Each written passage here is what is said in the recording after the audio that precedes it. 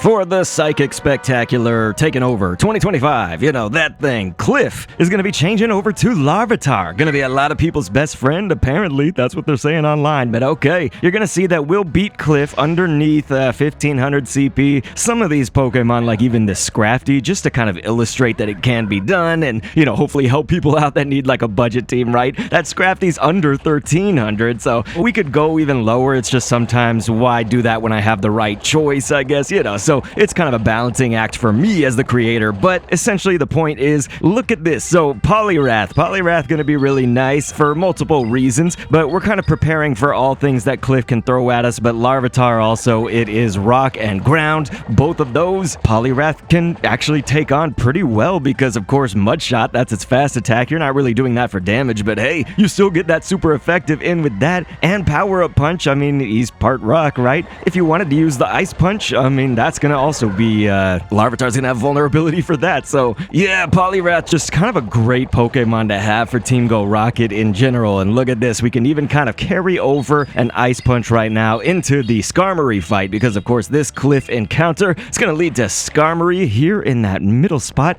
Skarmory is kind of interesting just because it is steel and flying. That's like an interesting type dynamic. Normally, what's weak with steel, or what is super effective against flying, we should say. Steel can kind of nullify that sometimes, but hey, we have Kling Klang. I like Kling Klang simply for the spamminess, like sometimes in the Great League, if you play PvP, you can use it. It's probably, of course, not gonna be your best. I'm not like a PvP master, I'm just kind of your Team Go Rocket person, right? So definitely have a Poliwrath if you can. Just like everybody should have at least one that kind of deals with Team Go Rocket. Give it that Power Up Punch and you'll be golden. If you ever can, teach it Ice Punch as well. But the thing about Kling Klang, again, when I say that it's like spammy, is that we're not only using Mirror Shot as the charge attack, that's not going to be very effective, but we're using it in conjunction with the fast attack of Thunder Shock. So those are the two moves that our Kling Klang has, and those being paired together means that, well, it's a fast move that generates kind of a decent amount of energy per hit, but then has a charge attack that doesn't really take much energy to use, right? So this is important if you ever struggle. Like, a lot of people won't struggle against Cliff, but essentially where this comes into play is that every single time that you use a charge move, or if they use it, no matter if it's shielded or if it hits, but also this applies to switching out. Like, we're going to switch to Scrafty right here for our next fight coming up, and so you'll see, with the Skarmory fainting, with that switch, with those charge attacks, your opponents on Team Go Rocket, no matter who you're fighting, they are going to stand still. Like you saw, Tyranitar got sent in right here on the final spot. Usually that's what Cliff seems to throw at me, and that's why Scrafty actually going to be a wonderful choice. In general, yes, but specifically against this Tyranitar because it's using Bite, and so Scrafty's actually going to resist that hardcore because Scrafty's part fighting, which resists Dark of Bite, but also part Dark, which resists Dark.